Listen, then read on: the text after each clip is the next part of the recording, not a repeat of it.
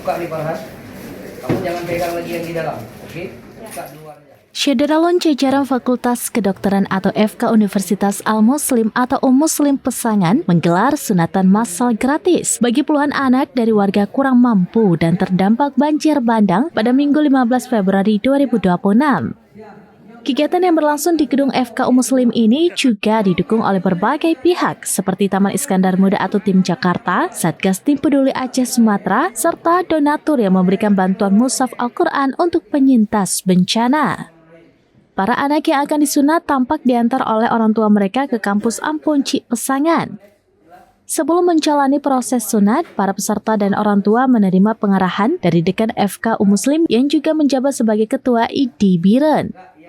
Kegiatan ini turut dihadiri oleh para mahasiswa, sejumlah dokter bedah dan tim pendukung lainnya.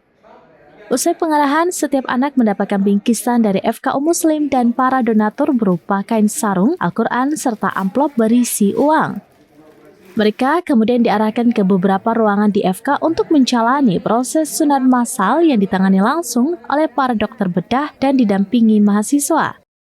Dekan FK Muslim mengatakan bahwa kegiatan ini merupakan rangkaian dari aksi sosial yang dimulai sehari sebelumnya pada Sabtu 14 Februari 2026 dengan pengobatan massal bagi warga.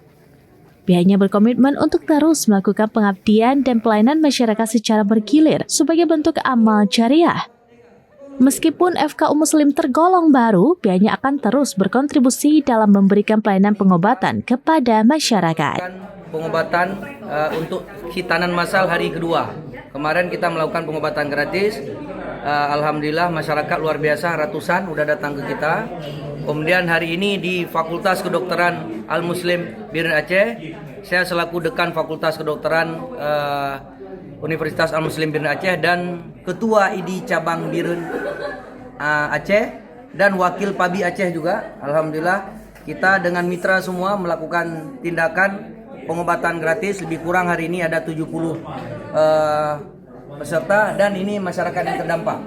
Insya Allah kita lakukan di tempat penciri kita di Fakultas Kedokteran. Alhamdulillah nanti rekan-rekan media juga bisa lihat ke sebelah kita melakukan khitanan hari ini. Insya Allah semoga ini kita terus bergilir terus.